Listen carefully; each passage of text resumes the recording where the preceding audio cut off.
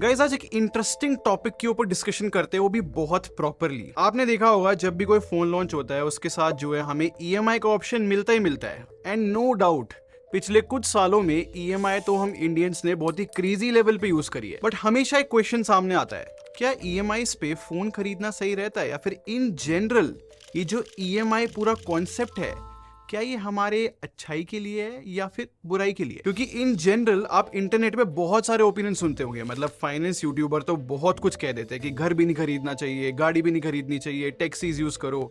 और अगर आप कुछ टेक इन्फ्लुएंसर्स की सुनो तो वो ये तक कह देते हैं कि अगर आप एक बारी में पेमेंट नहीं कर सकते किसी फोन की तो इसका मतलब आप उसको अफोर्ड ही नहीं कर सकते। नो डाउट ये सारी बातें प्रैक्टिकल लगती है सुनने में, बट जब हम रियल लाइफ में आते हैं जहां पर इमोशंस ऐड हो जाते हैं, स्टोरी इतनी इजी नहीं है गाइस।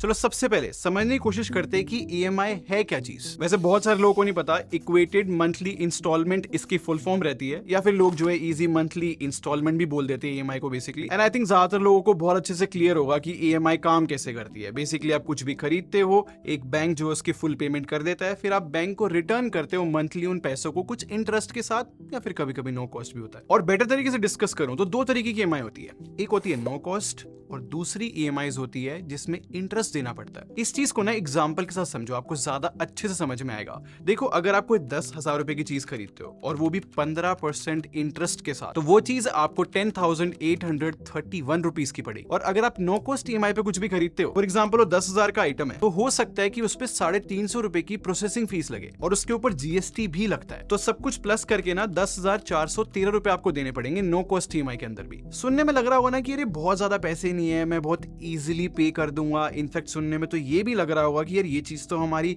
हेल्प करने के लिए बनाई गई है। अगर एग्जांपल देख के सबसे पहला थॉट आपको ये आ रहा है कि हाँ यार ये तो बहुत अच्छी चीज है, तो क्वेश्चन ये आता है कि लोग इतना ज्यादा शक क्यों करते हैं ईएमआई वाले कॉन्सेप्ट पे। इस चीज पे मैं भी एग्री करता हूं। मतलब आप खुद सोचो ना, अगर मेरे पास एक साथ 10,000 रुपए देने के लिए नहीं है और मैं मंथली आराम से 12 महीने में वो सब कुछ दे सकता हूं, तो क्या स्ट्रेस है। बट ह्यूमन साइकोलॉजी ऐसे काम नहीं करती। प्रॉब्लम ये होती है कि अगर आपने एक चीज ईएमआई पे ली, उसके बाद आपका थोड़ा लालच बढ़ने लगता है, आपको लगता है चलो एक और चीज खरीद लेता हूँ ईएमआई पे। फिर धीरे धीरे करके ना आपकी मंथली ईएमआई बहुत ज्यादा हो जाती है और आप कोशिश करते हो कि बहुत ज्यादा ना मटेरियल खरीद लूं, फोन खरीद लूं, लैपटॉप खरीद लूं, चाहे फिर वो यूज का हो या फिर ना हो। यहां पर सारी प्रॉब्लम हो जाती है और तब लोग फंसते हैं इस ईएमआई वाले ट्रैप में, या फिर इसकी सही टर्म जो है डेट ट्रैप है। डेट ट्रैप आप देखते हो ना न्यूज हेडलाइंस में। इस चीज को भी एग्जांपल के साथ समझो। अगर आपकी सैलरी 50,000 रुपए और आपका मन कर जाता है कि चलो 1 लाख रुपए का आईफोन खरीद लेते हैं, फिर आप सोचते हो कि 2 साल की ईएमआई बनवा लेता हूं और 15% इंटरेस्ट ही तो लगेगा। और आजकल तो अमेजोन, फ्लिपकार्ट, किसी भी स्टोर पे अगर आप जाते हो फोन खरीदने, प्रॉपर यार कैलकुलेशन बना के वो आपको दे देते हैं कि आपको हर महीने कितने पैसे देने हैं, और वो देखने में बहुत कम लगते हैं पैसे। टेम्पटिंग हो जाता है बेसिकली। तो एग्जांपल के लिए मान के चलते हैं आपने अभी तक आईफोन खरीद लिया है, फिर आपका मन करेगा कि भाई हॉल में एक अच्छा सा टीवी भी होना चाहिए। और आए दिन हम देखते हैं हियर एंड देयर सेल चलती रहती है और आपको जो है 50,000 में बहुत अच्छा एक टीवी मिल रहा है सेल पे, और आप सोचते हो भाई ये तो लिमिटेड टाइम ऑफर है, इसको भी खरीद लेते हैं ईएमआई पे। फिर आपको पता लगता है कि 18 महीने की ईएमआई का ऑप्शन है और 14% इंटरेस्ट लग रहा है। फिर आप ये भी खरीद लेते हो और 3,096 रुपीज की आपकी ये भी ईएमआई स्टार्ट हो जाती है। फिर कुछ टाइम बाद ऐसा फेस्टिवल आ जाता है, या फिर आप देखते हो कि भाई बहुत ही ग्रैंड सेल चल रही है इंटरनेट पे, और आपकी फिर नजर पड़ती है मैकबुक एयर M4 पे, और आपको लगता है भाई मेरे को तो अपने आप को और बेटर करने के लिए एक लैपटॉप की भी नीड है, और ये तो बहुत अच्छे प्राइस मिल रहा है, काम करते हैं इसकी भी ईएमआई बनवा लेते हैं। 80,000 का लैपटॉप होता है, 12 महीने की ईएमआई आप कराते हो और 16% इंटरेस्ट आप देते हो, और इसकी ईएमआई बनती है 7,258 रुपीज की। तो अभी तक मैंने सिर्फ एक फोन, एक टीवी और लैपटॉप का एग्जांपल लिया है, जो कि एसेंशियल बन चुके हैं आज के टाइम पे। मतलब सबके पास होने चाहिए, ऐसा हमारा माइंडसेट बन चुका है। और इन सारी ईएमआई को अगर हम प्लस करते हैं तो 15,000 रुपए बनते हैं। एंड आई एम श्योर बहुत सारे लोगों को लग रहा होगा कि हाँ यार नॉर्मली तो अमाउंट है, क्योंकि मैं तो 50,000 रुपए कमा रहा हूँ। बट नोटिस करने वाली बात यह है कि ये जो मैंने एग्जांपल लिया है ये जस्ट 1 साल का है। अब ये EMI कितनी बढ़ती चली जाएंगी धीरे धीरे करके, आप और कितना खर्चा करते चले जाओगे, क्योंकि इतना इजी हो गया ना EMI पे लेना चीजें, तो यहाँ पर काउंट फिनिश हो जाता है चीजों का। फिर बात आती है डेप्रिसिएशन की। जो भी चीजें आप EMI पे खरीद चुके हो, फॉर एग्जाम्पल हम मान के चलते हैं आपने iPhone 16 खरीदा था 80,000 रुपए का, और एक पैटर्न मैं आपको बताता हूँ, एक iPhone नया लॉन्च होता है 80,000 रुपए का, कुछ टाइम बाद वो 65 या 70,000 रुपीज का सेल होता है। बट हम सबकी क्या आदत होती है, जैसे ही iPhone लॉन्च हुआ भाई हमें तो खरीदना है, चाहे फिर वो 80,000 का मिल रहा है, बाद में हम सबको पता है कि वो सस्ता मिलेगा, लेकिन हमें तो लॉन्च डे पे चाहिए। तो जस्ट सोसाइटी में बेटर दिखने के लिए ना हम क्या करते हैं, लॉन्च डे पे फोन खरीद लेते हैं। वो 65 या फिर 70,000 रुपए का सेल हो रहा होता है और आपने खरीदा होता है 80,000 का, वो भी EMI पे। और सबसे सैड पार्ट, आप 80,000 रुपए पे जो हो इंटरेस्ट दे रहे हो,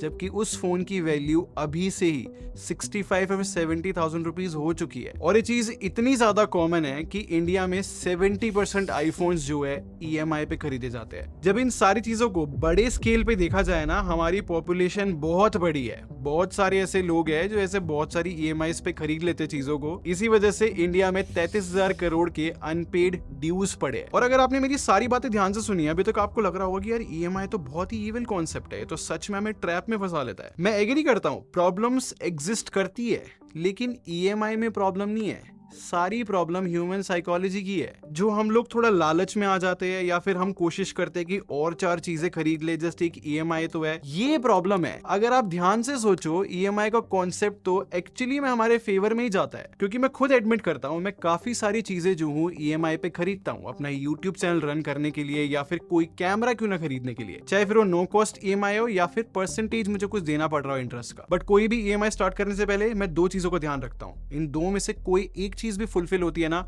मुझे लगता है कि हाँ भाई मैं EMI स्टार्ट कर लेता हूँ। और अगर आप इन 2 चीजों को समझ गए तो बिलीव मी, आप कभी भी बैड परचेज डिसीजन नहीं बनाओगे, एटलीस्ट EMI ट्रैप में तो नहीं फंसोगे। बड़े भाई की तरह समझ लो या फिर मेरे को अपने दोस्त की तरह समझ लो, एक चीज का ध्यान आपको जरूर रखना है कि जो भी चीज आप EMI पे खरीद रहे हो, क्या वो आपके लाइफ में वैल्यू ऐड करेगी। बट जो वैल्यू की डेफिनेशन है ना, वो सबकी लाइफ में अलग अलग होती है। फॉर एग्जाम्पल, आप एक इंजीनियरिंग स्टूडेंट हो, आपको कोडिंग सीखनी है, तो ऑब्वियसली लैपटॉप आपके लिए सबसे ज्यादा वैल्यूड आइटम होगी। अगर आप एक फिल्म मेकर हो तो हो सकता है कि सोनी का कैमरा आपके लिए सबसे ज्यादा वैल्यूएबल हो। या फिर अपना एग्जाम्पल दूं तो 3 लाख रुपए का जो मैं मैक स्टूडियो खरीदूंगा, मुझे पता है वो मुझे बहुत ज्यादा वैल्यू ला कर देगा वापस। इन शॉर्ट में ये कहना चाहता हूं, अगर आप कोई ऐसी चीज खरीदते हो जिससे आपके करियर में बहुत हेल्प हो जाए, आपकी स्किल इंप्रूव हो जाए, या फिर उस आइटम से आपको रिटर्न मिले फ्यूचर में, तो बहुत चांसेस है कि वो EMI वर्थ इट ही रहेगी। फिर सेकंड चीज इससे भी ज्यादा इंपॉर्टेंट है, फिजिबिलिटी का आपको बहुत ध्यान रखना है। आई नो फिजिबिलिटी वर्ड से आपको थोड़ी कंफ्यूजन हो रही होगी, मैं एग्जांपल के साथ बताता हूँ। मैंने जस्ट आपको थोड़ी देर पहले बोला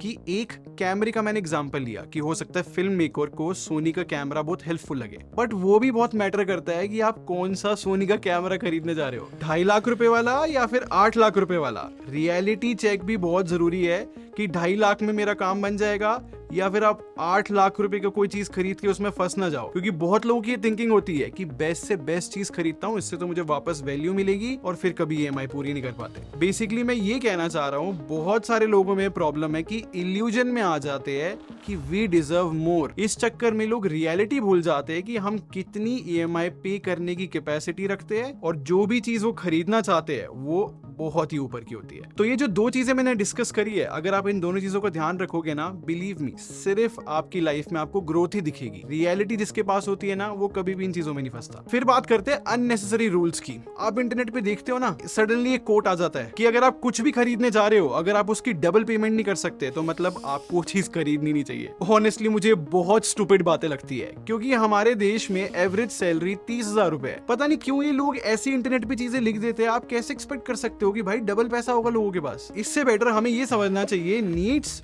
और वांट्स में फर्क क्या है। थोड़ी देर पहले जो मैंने आप लोग को चीज एक्सप्लेन करी थी, वो नीड्स की कैटेगरी में आता है। अगर आप अपने आप को बेटर करने के लिए मैकबुक खरीदना चाह रहे हो या फिर कैमरा खरीदना चाह रहे हो, वो नीड्स है। वांट्स होते हैं जो हम अपनी खुशी के लिए चीजें खरीदते हैं, जैसे कि आप किसी ट्रिप पे चले गए, या फिर आपने कोई एक्सपेंसिव वॉच खरीद ली, या फिर आपने कोई भी एक महंगी एक्सेसरीज खरीद ली। बेसिकली वो चीजें जो आपकी लाइफ में वैल्यू ऐड नहीं कर रही, बस आपको खुशी दे रही है। यहाँ पर सिचुएशन काफी सैड या फिर कॉम्प्लिकेटेड हो जाती है। मतलब हम कितनी स्टोरी सुनते हैं, एंड आई एम श्योर बहुत सारे लोगों ने सुनी होगी, कि एक स्टूडेंट जो है अपने पेरेंट्स को बहुत ही ज्यादा फोर्स कर रहा है आईफोन खरीदने के लिए, वो सिर्फ वांट्स होगी, वो खुशी के लिए खरीदना चाह रहा है। ये चीज क्लियरली गलत है। बट अगर आप कमा रहे हो, कभी कभी यार अपने वांट्स पे भी खर्चा कर लेना चाहिए, वो उसमें कोई बुरी बात नहीं होती। बट वहां पर भी मैं बोलूंगा रियलिस्टिक एक्सपेक्टेशन जरूर होनी चाहिए, चाहे फिर आप वो चीज ईएमआई पे खरीदो या फिर नो कॉस्ट ईएमआई पे। तो अगर इन सारी बातों को कंक्लूड किया जाए ना, मेरा तो मानना है कि यार ईएमआई बहुत ही अच्छा कॉन्सेप्ट है, लेकिन सिर्फ स्मार्ट लोगों के लिए। जो लोग इल्यूजन में रहते हैं या फिर बहुत ही ज्यादा